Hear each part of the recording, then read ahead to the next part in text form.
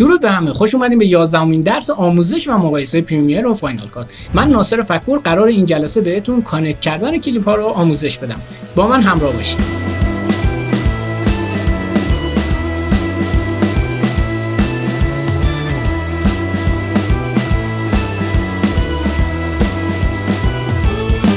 تو درس قبلی دیدیم زمانی که یک کلیپ رو درگ میکنیم داخل تایملاین به کلیپ پایینی کانکت میشه. میتونید با زدن شورتکات کامند مثبت تایملاین رو زوم کنید تا خط لینک رو به راحتی ببینید. داخل فاینال کات اصلا فرقی نمیکنه که کلیپ درگ شده رو بالای استوری لاین قرار بدیم یا زیر اون.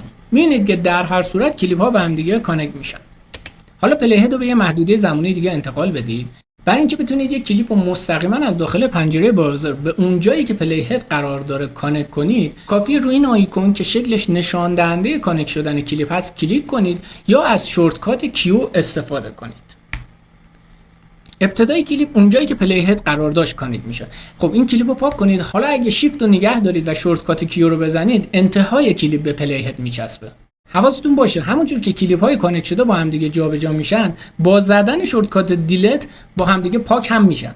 نگران نباشید. میدونم الان داریم به این فکر میکنید که شاید بخواید کلیپ اصلی که بقیه کلیپ ها به اون کانکت شدن رو جابجا یا دیلیت کنید، در حالی که کلیپ های دیگه سر جای خودشون باقی بمونه. برای این هم راهکاری طبیعی شده. یه نصیحت کوچیک: هر وقت دارید یه نرم افزاری رو آموزش میبینید، اصلا عجله نکنید و صبور باشید و اینکه از یه ابزار یا کاربردی بیخبر هستین و پای ضعف نرم افزار نذارید و حتما در مورد اون کاری که از نرم افزار میخواین تحقیق کنید و بعد تصمیم بگیرید. مگه میشه یه تیمی یه نرم افزاری رو طراحی کنن و بعد با تدوینگرهای با سابقه مشورت کنن و همچنین چیز کوچیکی رو مد نظر قرار ندن؟ این جمله رو همیشه یادتون باشه.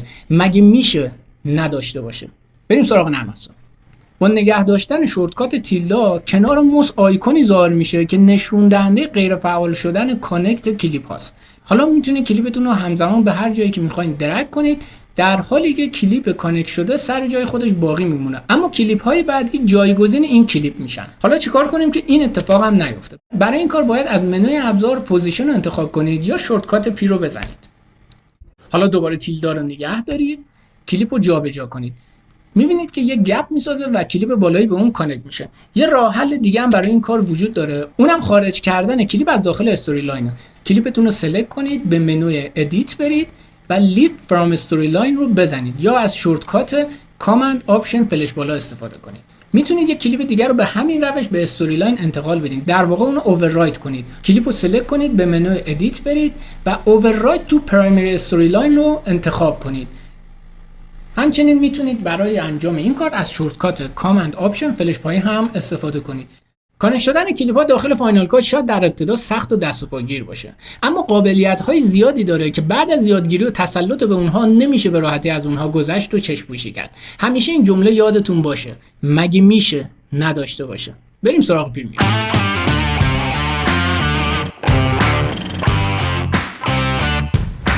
ساده ترین کار برای جابجا کردن همزمان چند کلیپ سلکت کردن همه اونهاست. میتونید با درگ کردن موس تمام اونها رو سلکت و بعد جابجا کنید.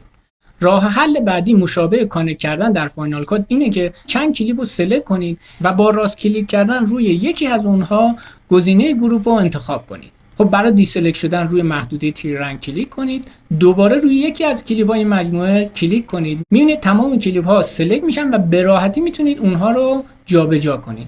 حالا اگه خواستید فقط یک کلیپ از این مجموعه رو جابجا کنید، مشابه تیلدا در فاینال کات اینجا آپشن رو نگه دارید و اون کلیپ رو به راحتی جابجا کنید. برای اینکه بتونید یک کلیپ رو روی لاین پایینی اووررایت کنید، آپشن رو نگه دارید و فلش پایین رو بزنید.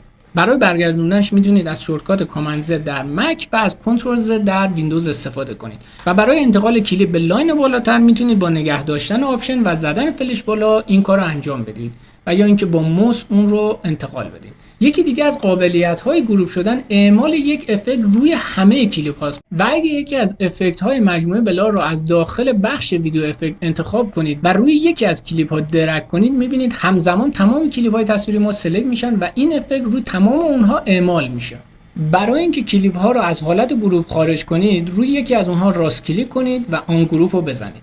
اینم از کانکت کردن کلیپ ها در پریمیر. هر دو نرم افزار قابلیت های متفاوتی دارن که به سرعت و دقت در کار کمک میکنن. بستگی به شما داره که با کدوم محیط کاری ارتباط برقرار کنید و اولویتتون کدوم شیوه کاری باشه. امیدوارم که تا به الان در انتخاب نرم افزار به درستی شما رو راهنمایی کرده باشیم. لایک، کامنت و سابسکرایب فراموش نشه و برای اطلاع از ویدیو بعدی زنگوله رو بزنید.